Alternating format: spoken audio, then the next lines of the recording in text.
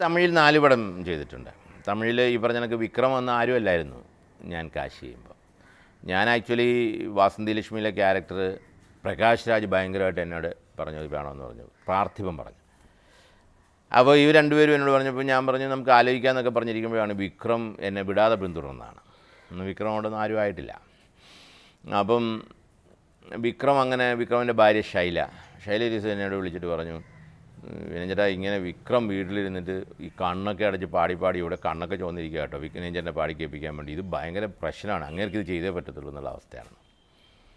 ഞാൻ പറഞ്ഞു എനിക്കറിയാം, എന്നോട് പറഞ്ഞിരുന്നു, ഞാൻ പറഞ്ഞു ആലോചിക്കാം, എനിക്കൊരിക്കലും വിക്രം അങ്ങനെ ചെയ്യുമെന്നൊരു തോന്നലില്ലായിരുന്നു.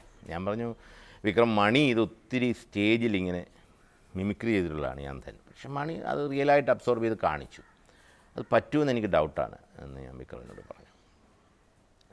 വിക്രം ഒരു ദിവസം ആദിത്യ, ഞാൻ ഇന്നും ഈ 15 വർഷമായിട്ട് ആദിത്യ ഹോട്ടലിൽ തന്നെയാണ്, അന്ന് താമസിച്ച ഹോട്ടലിൽ തന്നെയാണ് ഇന്നും ഞാൻ താമസിക്കുക. അപ്പം വിക്രം എൻ്റെ ആദിത്യ ഹോട്ടലിൽ വന്നിട്ട് എനിക്കിപ്പോഴും നല്ല ഓർമ്മയുണ്ട്. വിക്രം എന്നൊക്കെ പറഞ്ഞു പുള്ളി നേരെ കസേരയിലൊന്നും ഇരിക്കാൻ നേരത്തോട്ട് ചമ്പ്രം പടഞ്ഞിരുന്ന ആലിലക്കണ്ണ എന്നുള്ള പാട്ട് ഒറ്റ അടിയാണ്. എന്നിട്ട് കണ്ണൊക്കെ മറിച്ച് വെച്ച് സ്വയം കണ്ണ് മറിച്ച് വെച്ച് മണി എങ്ങനെ പാടിയോ അത് കണക്ക് തന്നെ ആ പാട്ടും നല്ലൊരു പാടും വിക്രം. എന്നെ കണ്ണ് നിറഞ്ഞു പോയി. ഞാൻ അത്രയും ഒരു ഡെഡിക്കേഷൻ ഉദ്ദേശിച്ചില്ല. ഞാൻ എഴുതിയെന്ന് പറഞ്ഞാൽ ഞാൻ എഴുന്നേറ്റ് ഇങ്ങനെ കെട്ടിപ്പിടിച്ചിട്ട് പറഞ്ഞു നമ്മളീ പടം ചെയ്യുന്നു, പ്രൊഡ്യൂസറെല്ലാം ഞാൻ പ്രൊഡ്യൂസ് ചെയ്യുന്നു. അങ്ങനെ ഞങ്ങൾ പ്രൊഡക്ഷൻ ആരംഭിച്ചു. അപ്പം ഇളയരാജ സാറിനെ പോയി കണ്ടു, പുള്ളിക്ക് ഭയങ്കരമായിട്ട് ഇഷ്ടപ്പെട്ടു ഈ പ്രോജക്റ്റ്. അന്ന് രാജ സാർ പറഞ്ഞു ഞാനിത് ഏറ്റെടുക്കുന്നത്. ആരാണ് പ്രൊഡ്യൂസർ? ഞാൻ പറഞ്ഞു പ്രൊഡ്യൂസറില്ല, പ്രൊഡ്യൂസർ നമ്മൾ വായുവിൽ നിന്ന് ഉണ്ടാക്കും, ഞാൻ തന്നെ പ്രൊഡ്യൂസ് ചെയ്യുന്നു സാറെന്നാണ്. അങ്ങനെ ഇരിക്കുമ്പോഴാണ് നമ്മുടെ അരോമ മണിച്ചേട്ടൻ ഈ വിവരം അറിഞ്ഞു വരുന്നത്, പുള്ളി അത് ഏറ്റെടുക്കാമെന്ന് പറയുന്നു. പുള്ളി അങ്ങനെ ഏറ്റെടുത്തു. കാശി ഒരു വലിയ ഹിറ്റായിരുന്നു, വിക്രമിന് ഭയങ്കര സ്റ്റാർഡം കിട്ടി, ഭയങ്കര സംഭവം കിട്ടി. പക്ഷേ എനിക്ക് അത് കണക്ക് അങ്ങോട്ട് കോൺസെൻട്രേറ്റ് ചെയ്യാൻ എനിക്ക് ഈ അറിയാത്ത ഭാഷ ആയതുകൊണ്ട് എനിക്കൊരു ചെറിയ പ്രശ്നമുണ്ടായിരുന്നു. നമ്മൾ പൂർണ്ണത എത്തുന്നില്ല. ഇപ്പം വാസന്തി ലക്ഷ്മിയൊക്കെ നമ്മൾ ഇവിടെ ഹിറ്റായ ഒരു പടം എടുക്കുമ്പോൾ ഓക്കെ, ഇവിടെ ചെയ്യാത്തൊരു പുതിയ പടം ചെയ്യുമ്പോൾ ഈ ഡയറക്ടറെന്ന് അവിടെ പറഞ്ഞിട്ട് വലിയ കാര്യമൊന്നുമില്ല. ബ്ലാങ്കായിട്ട് ഭാഷ അറിയില്ലല്ലോ, ഇതിൻ്റെ സാഹിത്യം, ഇതിൻ്റെ ഭാഷയുടെ ഡെപ്ത്തൊക്കെ അറിഞ്ഞാലേ ഒരു ഡയറക്ടർക്ക് ചെയ്യാൻ പറ്റത്തില്ല. അതിനുശേഷം ഇപ്പോൾ 4 പടം, ഇപ്പോൾ ഈ പടം ഡ്രാക്കുള പോലും അവിടെ ചെയ്ത് ഭയങ്കര ബിസിനസ്സായി മുൻപേർ തന്നെ ആയിട്ടുണ്ട്.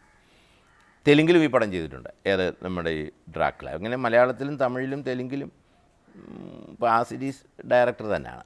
അംഗീകാരത്തിനൊന്നും എനിക്ക് തോന്നുന്നില്ല മലയാള സിനിമയിൽ അങ്ങനെ ഒരു ഡയറക്ടറാണ് വിനയനെന്ന് പോലും അംഗീകരിച്ചിട്ടുണ്ടെന്ന് തോന്നുന്നില്ല നമ്മുടെ ഈ സിനിമാ തമ്പുരാക്കന്മാരും. എനിക്ക് തോന്നുന്നില്ല. എനിക്ക് തോന്നുന്നു വാസന്തി ലക്ഷ്മിക്ക് എന്തോ ക്രിട്ടിക്സ് അവാർഡോ എന്തോ കിട്ടി.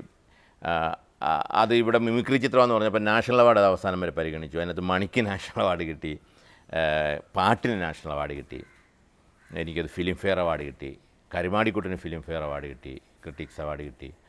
അങ്ങനെയൊക്കെയുള്ള കുറേ ചിത്രങ്ങൾ ദാദാസാഹിബിന് കിട്ടി, ഊമപ്പെണ്ണിന് കിട്ടി, കാശിക്ക് കിട്ടി, ഫിലിം ഫെയർ അവാർഡ് കിട്ടി, തമിഴിൽ ചെയ്ത കാശിക്ക് കിട്ടി.